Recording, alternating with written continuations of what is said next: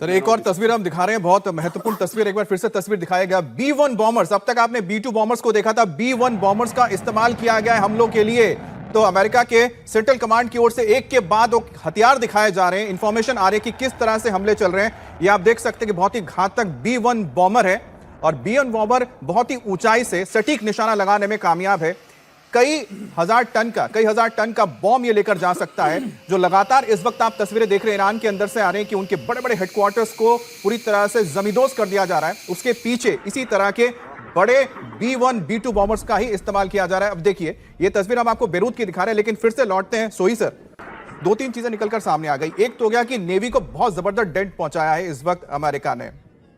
इसी बीच अमित एक सर मैं आपका वापस रुक करती हूँ। एक बड़ी खबर आ रही है, हिजबुल्लाह के 70 ठिकानों पर इजरायली डिफेंस फोर्स ने अटैक किया है। इसके अलावा लेबनान में हिजबुल्लाह के सेंटर पर भी इजरायली डिफेंस फोर्स ने ये बड़ा अटैक किया है। लगातार इससे जुड़ी खबर हम दे रहे हैं।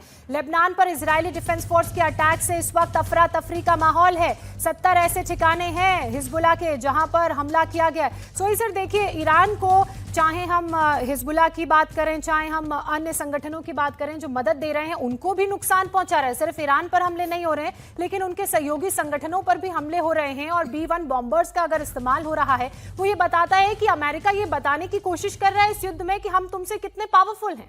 नहीं देखिए, दो तीन चीजें, ये बिल्कुल टास्क ओरिएंटेड काम हो रहा है इस समय में। कोई एक भी बॉम्ब फालतू नहीं डाल रहे, एक भी एक्शन बेकार में नहीं जा रहा है। जहां भी ईरान के कई मिसाइल सिविल एरिया में गिर गए जिनका कोई असर नहीं होता है।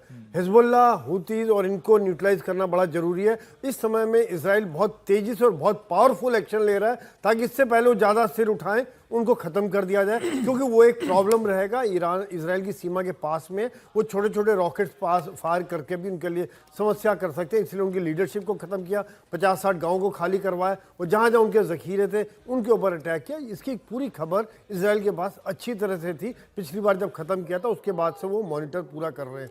दूसरी बात B-1 B-2 बॉम्बर्स का, क्योंकि ईरान के ज़्यादातर ज़खीरे ज़मीन के अंदर हैं, टनल्स के अंदर हैं, और जो मिसाइल लॉन्च साइट्स हैं वो भी ज़मीन के अंदर से हैं, फिर निकल के आते हैं, फायर करते हैं। यहाँ पर सबसे बड़ा जो उद्देश्य है उनका कि इनको जितनी जल्दी ख़त्म किया जाए, उनके ज़खीरे को जितनी जल्दी ख़त्म किया जाए कि उतनी जल्दी ये लड़ाई ख़त्म होगी। ये चाहते हैं लड़ाई जल्दी ख़त्म हो, ईरान चाहेगा लड़ाई जल्दी लंबी खींचे, क्योंकि ये जो परेशानी लेकिन ईरान के पास लड़ाई को लंबा खींचने के लिए जनरल सोही क्या उतने हथियार हैं? बिल्कुल, ये एक समस्या, यही तो कारण है। सप्लाई चेन ईरान का बहुत बड़ा समस्या रहेगी। एक लिमिटेड संख्या है, उस संख्या को जितनी जल्दी इजराइल और अमेरिका ख़त्म कर देगा उतनी जल्दी ये घुटनों पे आ जाएंगे।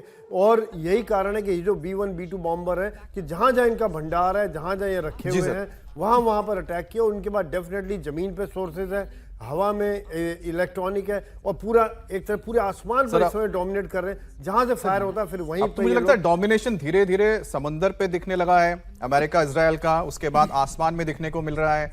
अब मुझे लगता है जो अगला पड़ाव होगा, तीसरा जो पड़ाव होगा वो जमीन होगा, क्योंकि बूट्स ऑन ग्राउंड इसका जिक्र डोनाल्ड ट्रंप कर चुके हैं। प्रोफेसर त्रिपाठी, क्योंकि हम तस्वीरें में दिखा रहे हैं लेबनान की अब सब चीजों की, अगर देखा जाए इस पूरे परिप्रेक्ष्य में, क्या प्रॉक्सीज जो ईरान की हैं, क्या उनके अंदर इतनी कुव्वत है? छोटा सा सर एक जवाब दीजिएगा, वक्त थोड़ा कम हमारे पास। क्या वो ईरान के लिए मददगार साबित हो सकते हैं या इजराइल अमेरिका के लिए सिरदर्द बन सकते हैं? क्या उनमें इतनी कुव्वत है?